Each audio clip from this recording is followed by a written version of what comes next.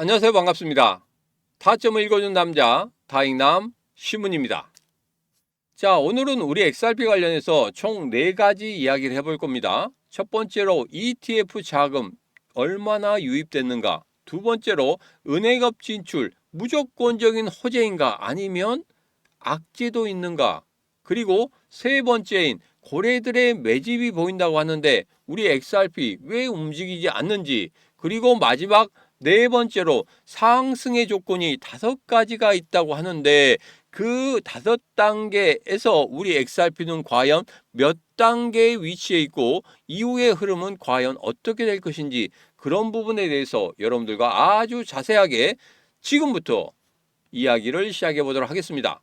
오늘도 우리 XRP 힘차게 외치면서 시작해 보도록 하죠. XRP 가자!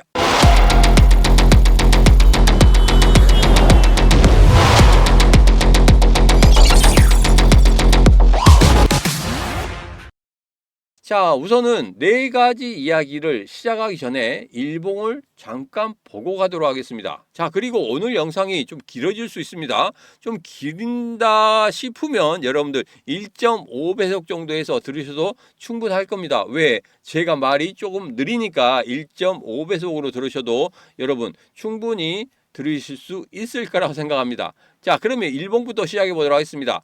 자, 일봉을 보면 계속적으로 하락 추세 있죠. 그리고 저점이 높아지는 그런 흐름, 그 흐름을 약간 벗어나긴 했지만 그래도 아직까지는 저점을 높이는 그런 모습은 보이고 있다.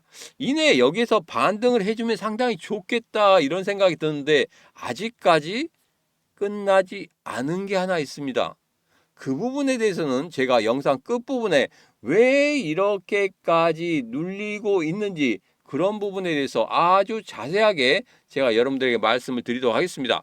자, 그러면 오늘 정말 가장 중요한 4가지 이야기 하나씩 살펴보도록 하죠. 자, 첫 번째입니다. ETF 순유입 11억 달러가 됐다고 합니다. 드디어 10억 달러가 넘어섰죠. 그런데 제가 여러분들에게 분명히 표로 하나 만들어 드렸습니다. 30억 달러까지 될 때 우리 XRP 4,000원을 돌파할 것이고 30억 달러가 넘어서는 그 순간부터는 6,000원의 흐름까지도 갈 수 있을 것이다. 이렇게 표를 만들어 드렸죠. 노란톡방이나 텔레그램방에 다 공유를 해드렸습니다. 여러분 꼭 확인하시기 바라겠습니다. 자, 그런데 11억 달러까지 오는 도중에 지속적으로 자금들이 들어오다가 약간 멈칫하는 그런 구간이 있었습니다. 그런 다음에 다시 한번 자금들이 들어오는 그런 모습이 나타나고 있죠. 가장 중요한 건 이겁니다. 지금 현재 눈치 보기 자금의 유입이 아직까지는 지속되고 있다는 사실. 그리고 ETF가 굉장히 많아지고 있죠. 그러다 보니까 자금이 전부 다 분산되는 이런 부분이 상당히 좋지 않다고 말씀드렸습니다. 그리고 또 하나, 연준에서 돈을 풀기 시작하는데 우리 시장으로 바로 들어오진 않는다. 전통 금융시장부터 들어간다. 그 다음에 우리 암호화폐 시장으로 들어올 것이다. 암호화폐 시장으로 자금이 어떻게 들어오는지, ETF로 자금이 어떻게 들어오는지 그런 부분에 대해서는 제가 계속적으로 확인을 하고 있다고 말씀드렸죠. 확인 이후에 여러분들에게 분명히 자금의 이동이 굉장히 많아지는 그 시점에서는 여러분들에게 누구보다 빨리 말씀을 드린다고 했습니다. 그때는 여러분 어떻게 하셔야 된다고요? 그때부터는 본격적으로 물량 늘리기에 돌입하셔야 된다. 이런 말씀을 드렸습니다. 노란톡방과 텔레그램방 들어오시는 방법에 대해서는 제가 영상 끝부분에 말씀드리도록 할 테니까 그 부분 꼭 확인하시고 이 신문과 같이 하시면 되겠습니다. 두 번째 이야기입니다. 은행업 진출 무조건적인 호재인가? 악재는 없는가? 이 부분에 대해서 좀 살펴보도록 하겠습니다. 자, 첫 번째입니다. 은행업 진출의 핵심적인 의미입니다. 리플이 말하는 은행은 전통적인 상업은행이 아닙니다. 개인들이 들어가는 예금이나 대출 중심의 상업은행이 아니란 말이에요. 결제, 수탁, 청산, 스테이블코인, 토큰화 자산을 다루는 금융 인프라은행입니다. 이 부분은 분명히 구분을 지어야 됩니다. 자, 그리고 호재거리입니다. 제도권 금융에 편입되었다. 두 번째, 대형 중앙은행과 직접적인 거래가 가능하다는 거. XRP 사용에 대한 규제 리스크가 감소됐다. 기관 신뢰도가 급상승했다. 이게 바로 호재거리입니다. 자, 중요한 포인트는 이겁니다. XRP는 은행이 써도 되는 자산이라는 지위를 확보했다는 겁니다. 야, 이 호재거리 하나만으로도 우리 XRP가 크게 급등할 수 있는 그런 조건들은 마련이 되었습니다. 그런데 여기에 반해서 악재거리도 있다는 겁니다. 자, 악재는 무엇인지 한번 확인해 보도록 하겠습니다. 첫 번째로 암호화폐의 진정성을 상실했다. 뭐냐면 중앙화를 탈피하기 위해서 만들어진 암호화폐인데 은행권으로 들어가자마자 뭡니까? 중앙권으로 집중한다는 겁니다. 자, 은행 인가는 강력한 규제 및 감독을 받게 되어 있습니다. 그리고 이것은 또 하나의 금융회사죠. 그래서 제도권 안으로 들어가는 이게 바로 탈중앙화를 원하는 코인의 생태계, 이 부분에 역행하는 그런 부분. 이것 때문에 우리 XRP에 대해서 부정적으로 보시는 분들이 상당히 많다는 겁니다. 탈중앙, 자율성 중시하는 투자자의 이탈, 이런 모습들이 보이고 있다는 겁니다. 자, 그리고 두 번째로 XRP가 회사의 자산이 된다. 자, 은행은 재무제표, 자본 적석성, 그리고 리스크 관리를 해야 됩니다.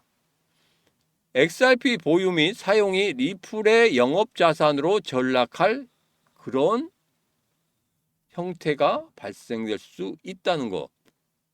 재무제표나 자본 적성성 그리고 리스크 관리, 이 부분이 여러 가지 자산이 생기면서 거기에 하나의 일부분이 될 수 있다는 거예요. 그러면 그 일부분이 된다는 건 뭡니까? 우리 XRP의 중요도가 높다, 낮다? 그렇죠. 낮아진다는 겁니다. 이 부분이 조금은 안 좋은 악재로 작용할 수 있다. 핵심 유동성 자산으로 사용돼야지만이 우리 XRP가 크게 상승할 수 있는, 가격적으로 크게 상승할 수 있는 그런 흐름을 가질 거지만 이렇게 하나의 자산으로, 하나의 일부 자산으로 된다는 것은 상당히 좋지 않은 악재다. 그리고 세 번째, XRP를 굳이 쓰지 않아도 된다. 자체 계정이나 자체 유동성, 스테이블 코인을 더 적극적으로 활용할 수 있다는 겁니다. 왜? 스테이블 코인은 지금 대세가 되고 있죠. 그래서 RLUSD, 이 스테이블 코인이 XRP보다 더 많은 사용량을 가질 수도 있다는 겁니다. 이 부분이 상당히 안 좋은 악재로 작용할 수 있다. XRP는 단기 결제나 온오프 램프 구간에서 옵션으로 사용될 가능성이 있다는 겁니다. 여기에 반해서 호재로 작용되려고 하면 대량 결제 청산에 XRP를 사용해야 된다. 이 부분이 상당히 중요하죠. 그래서 악재를 돌파할 수 있는 것은 첫 번째로 핵심 유동 자산이 돼야 되고, 두 번째로 대량 결제 청산에 XRP를 사용해야 된다는 거.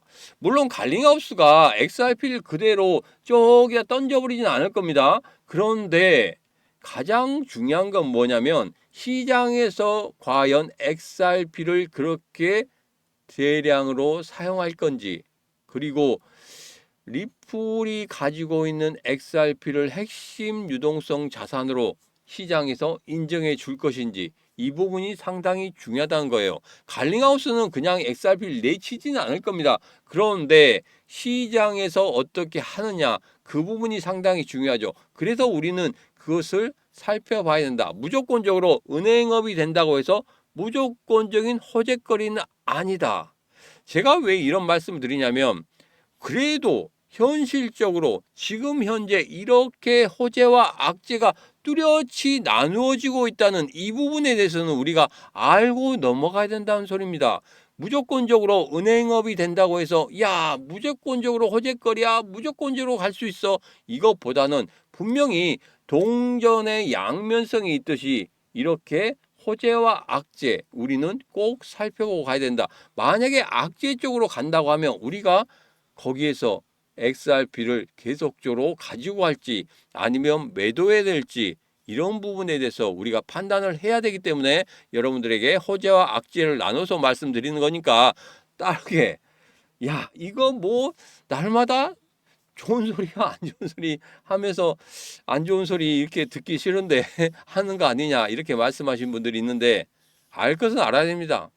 알 것은 알고 넘어가야 됩니다. 자, 네 번째입니다. 단기 수익성 악화 및 비용 증가입니다. 자, 이제는 은행업이 되었습니다. 규제, 인력, 컴플라이언스 비용의 증가로 순이익이 악화될 수 있고 투자자, 그러니까 우리 개인 투자자들의 수익도 악화될 수 있다는 겁니다. 그래서 이런 비용의 문제까지 과연 어떻게 해결하는지 그런 부분이 상당히 중요하다.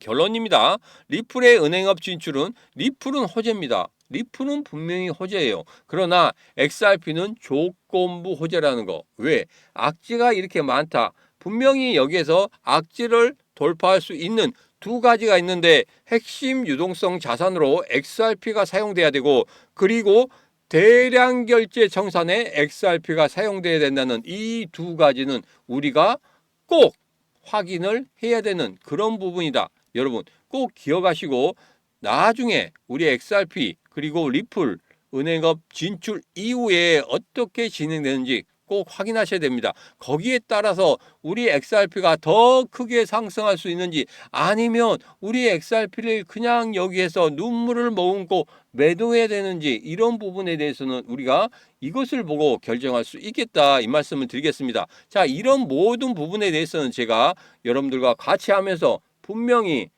어떻게 진행되는지 그 부분 보고 여러분들에게 말씀을 드리도록 하겠습니다. 꼭 이 신문과 같이 하시기 바라겠습니다. 어떻게? 구독, 좋아요, 알림 설정 그리고 공유를 통해서 같이 하시면 되겠습니다. 또 같이 하시는 방법, 이 소식들을 조금 더 빨리 듣고 싶다 하시는 분들은 영상 아래쪽에 보면 이렇게 더보기가 있습니다. 더보기에 신문과 코인시장 대응하기, 노란톡방, 텔레그램방, 라이브 방송 들어올 수 있는 링크 있으니까 그 링크 타고 들어오셔서 같이 하시면 되겠습니다.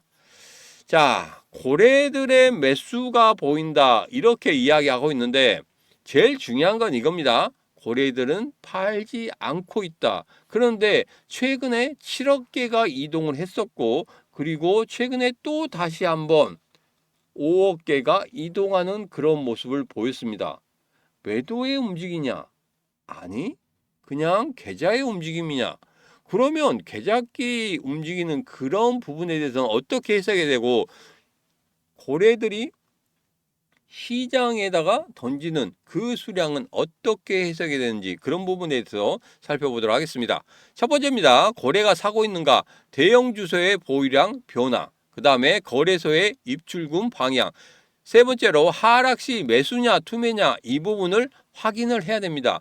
이 부분을 확인을 해야지 거래들이 매수하고 있는지 매도하고 있는지 아니면 계좌에서 계좌로 움직이고 있는지 이런 부분에 대해서 우리가 명확히 알 수 있다는 겁니다. 자, 현재 구간입니다.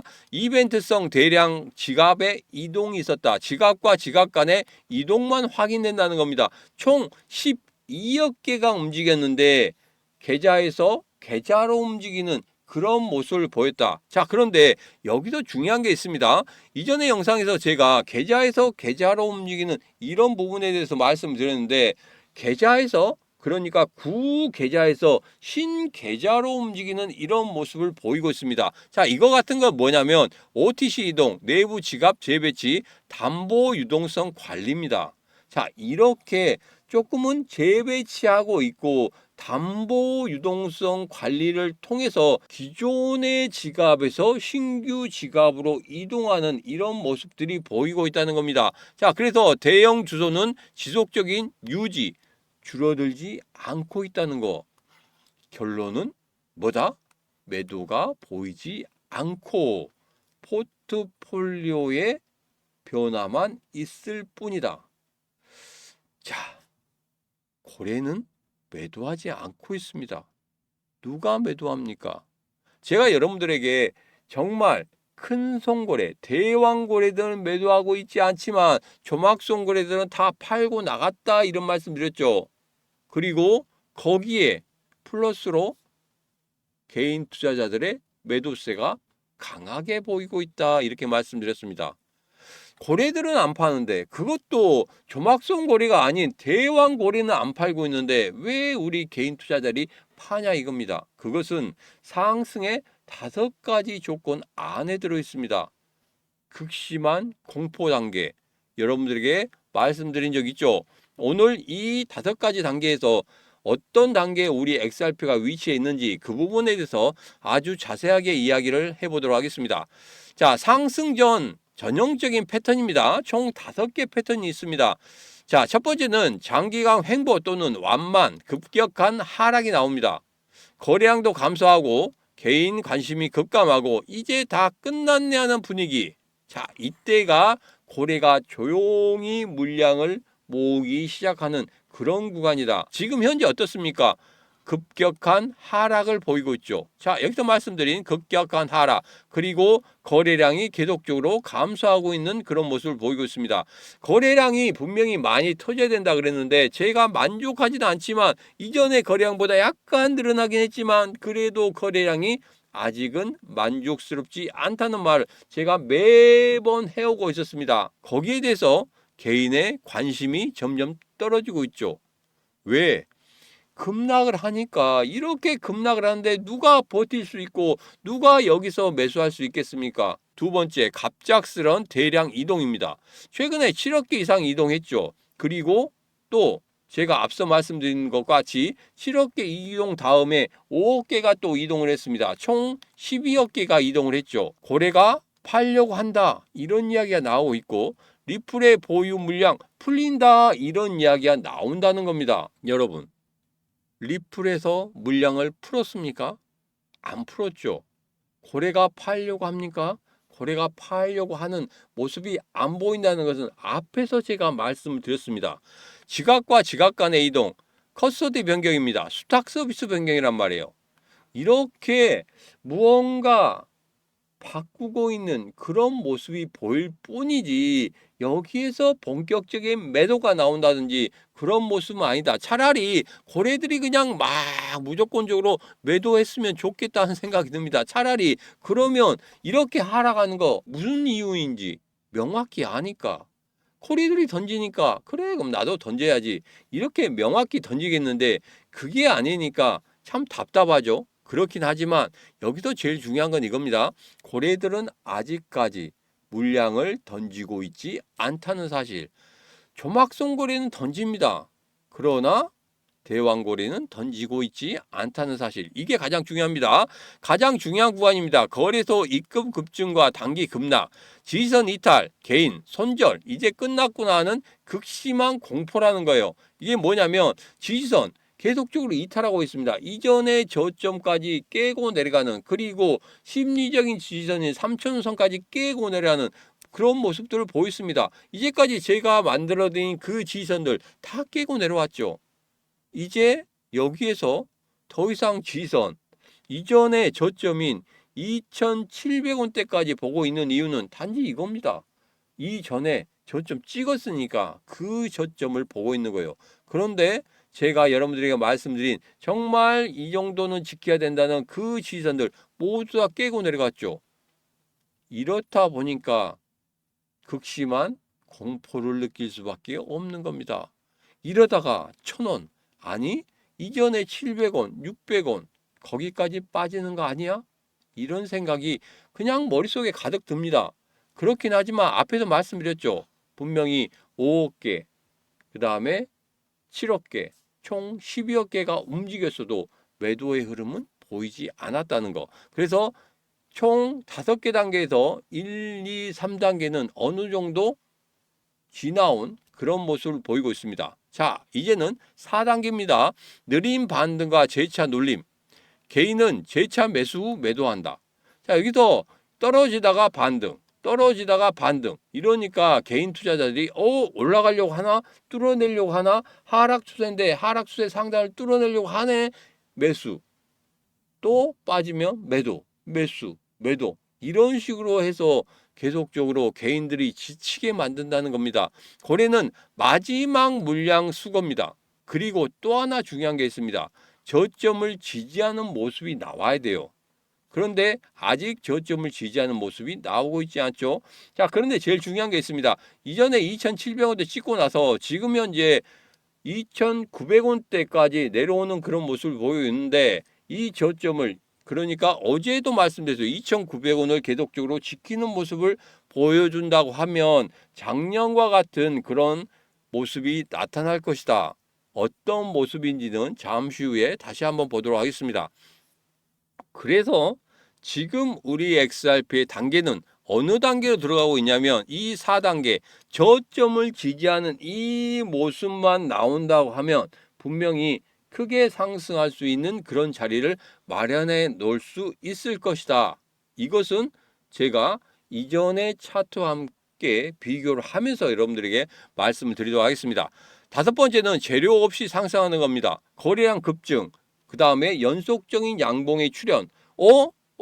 오르네 하다가 작년 11월 달과 12월 달 같은 그런 상승을 우리가 제대로 한번 수익으로 만들어 보는 그것을 찾아내야 된다는 겁니다. 자, 그래서 지금 4단계에 있기 때문에 곧 있으면 5단계로 넘어갈 것이다. 5단계로 넘어가는 이 기간이 과연 얼마나 걸리는지, 그 부분에 대해서는 제가 잠시 후에 다시 한번 차트를 보면서 말씀드리도록 하겠습니다.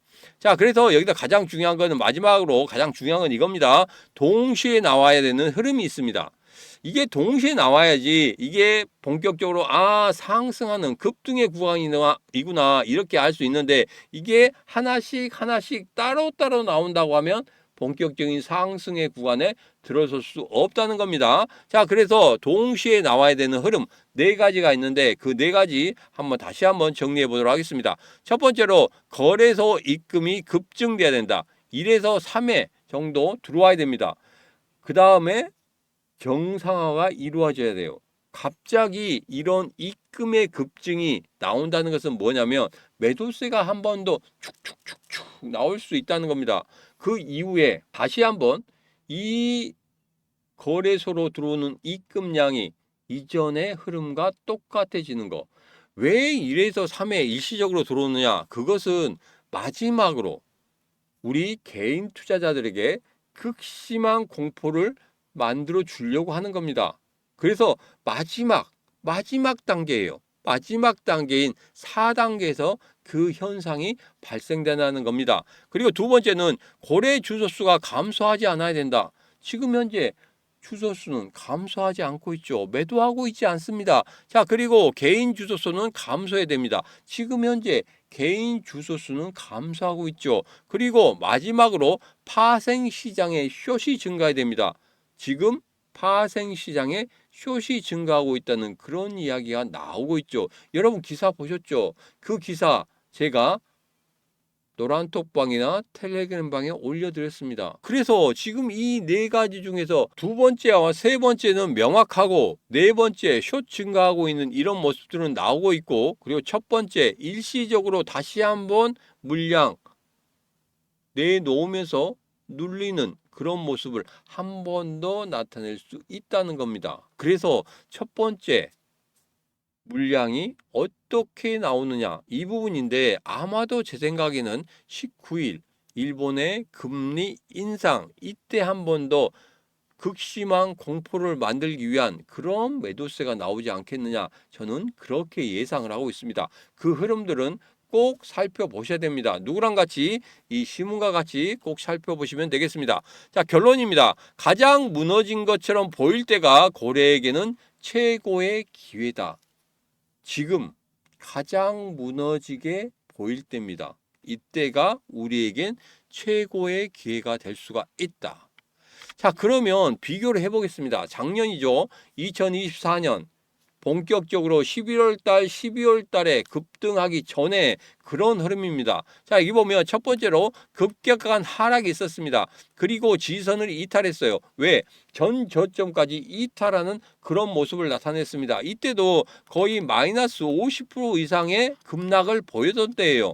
그런 다음에 반등했습니다. 그리고 다시 한번 눌려주고 있죠. 자, 그렇다고 하면 지금의 흐름에서 어디까지 나왔습니까? 여기까지 나왔단 말이에요.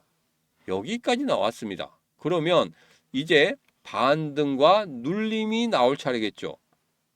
반등과 눌림, 그 다음에 마지막 단계인 5번째 단계가 재료나 노출 없이 급등하는 그런 흐름이다. 그래서 지금 4단계에 있다는 겁니다. 자, 그러면 4단계에서 5단계까지 가는 데 있어서 총 1단계부터 5단계까지가 7개월 걸립니다.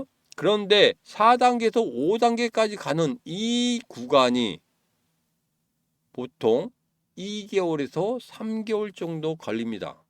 그러면 지금 4단계로 들어왔기 때문에 내년 3월, 4월 전에는 분명히 한 번 정도 이런 상승의 흐름이 나올 수도 있겠다. 저는 그렇게 예상을 하고 있습니다. 조금은 시간이 좀 많이 걸릴 것 같죠?